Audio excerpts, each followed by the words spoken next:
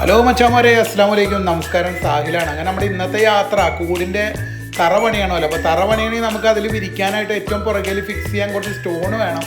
Stone മാത്രമല്ല, ഒരു level ചെയ്യാനുള്ള ലെവലിൻ്റെ ഒരു മെഷർമെൻറ്റിന് സാധനം വേണം. അതുപോലെ അത് പണിയാനുള്ള കുറേ കണസ പണിയായുധം വേണം. അപ്പോൾ ഇതൊക്കെ കൂടി മേടിച്ച് എങ്ങനെ മേടിക്കുമെന്ന് മുസഫക്ക് പോകാൻ വേണ്ടി ആലോചിക്കുമ്പോഴാണ് നമ്മുടെ പ്രിയപ്പെട്ട ചങ്ക് അൻസാറിന് ഓർമ്മ വന്നത്. അൻസാറാകുമ്പോൾ മുസഫയിൽ പുള്ളിക്ക് നല്ല പിടിപാടുള്ള ആളാണ്. അങ്ങനെ അൻസാർ ഒന്ന് ധൈര്യമായിട്ട് പോയി സാധനമൊക്കെ റെഡിയാണ്. അങ്ങനെ മോട്ടോ ഹബ് എന്നാണ് അവൻ്റെ ഇതിൻ്റെ പേര്, ഗ്യാരേജിൻ്റെ. അപ്പോൾ അവൻ ഇവിടെ മുസഫയിൽ ഗ്യാരേജ് നടത്തണതാണ്. എൻ്റെ വണ്ടികളെല്ലാം അൻസാറിൻ്റെ ഗ്യാരേജിലാണ് എപ്പോഴും പണിയിപ്പിക്കാറ്. നന്നായിട്ട് അത്യാവശ്യം ഒരുവിധം എല്ലാ ലക്ഷറി വണ്ടികളും പണിയുന്ന ഗ്യാരേജ് ആയതുകൊണ്ട് തന്നെ നമുക്ക് എപ്പോഴും നല്ല റേറ്റിലും നല്ല കാര്യങ്ങളിലൊക്കെ എപ്പോഴും പണി കയറി തരാറുണ്ട് കേട്ടോ. പക്ഷേ ഇങ്ങനെ ഒരു ആവശ്യം മുന്നോട്ട് വന്നപ്പോൾ അൻസാർ എന്നോട് പറഞ്ഞു, ഒന്നും നോക്കേണ്ടത് അൽബൈ, നിങ്ങളുടെ എല്ലാ വീഡിയോയും ഞാൻ കാണാറുണ്ട്, കൂടിൻ്റെ അടുത്ത പണിക്കല്ലേ, തറയും സാധനങ്ങളൊക്കെ ഇവിടെ സെറ്റാണ്, ഇങ്ങോട്ട് പോരാൻ പറഞ്ഞു. അങ്ങനെ അൻസാർ നേരെ അവൻ്റെ ഷോപ്പിൻ്റെ അടുത്ത് തൊട്ടടുത്ത് തന്നെയുള്ള ഗ്യാരേജിൻ്റെ അടുത്തുള്ളൊരു കടയിലേക്ക് കൊണ്ടുപോയി.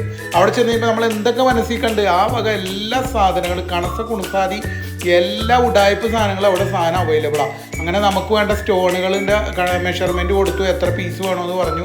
അതുപോലെ തന്നെ നമുക്ക് അവിടുത്തെ പയ്യനെ കണ്ടു, ഹായ് കൊടുത്തു. ഇവൻ്റെ ഫ്രണ്ട് തന്നെയാണ്.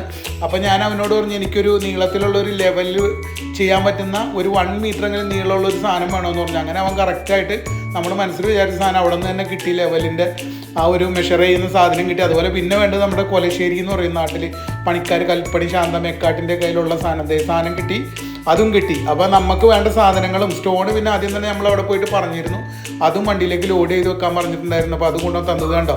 നമ്മളേതാണ്ട് ഇങ്ങനത്തെ റെഡ് കളർ തന്നെയാണ് ഞാൻ അന്വേഷിച്ച് കിടന്നത്. വൈറ്റ് നമുക്ക് മണ്ണിലിട്ടാൽ വൃത്തി ഉണ്ടാവില്ല, അതുകൊണ്ട് റെഡ് കളർ 25 സ്റ്റോണും അതുപോലെ തന്നെ നമ്മുടെ സാധനങ്ങളൊക്കെ ആയിട്ട് ഇനി നേരെ വീട്ടിലേക്ക് പോവുകയാണ്. ബാക്കി പരിപാടി അവിടെയാണ്. അവിടെ ചെന്ന് നമ്മൾ വീട്ടിൽ ചെന്ന് നമ്മുടെ പര്യായുധങ്ങൾ എടുത്ത് പണി തുടങ്ങി.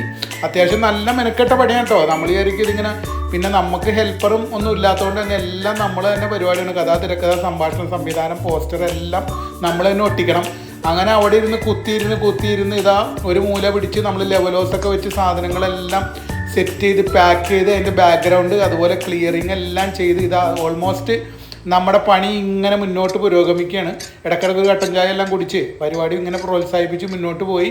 ഏതാണ്ട് നമ്മൾ ഒരു ടൈം ആയോടുകൂടി തന്നെ പണികളെല്ലാം ഒതുക്കി ബേസ് പണി കഴിഞ്ഞ് ഇനി നമ്മൾ പണിയായുധങ്ങൾ കഴുകി വെക്കലാണ്. വൃത്തിയുടെ കാര്യത്തിൽ പിന്നെ നമ്മൾ പന്നി പോലും മാറി നിൽക്കും.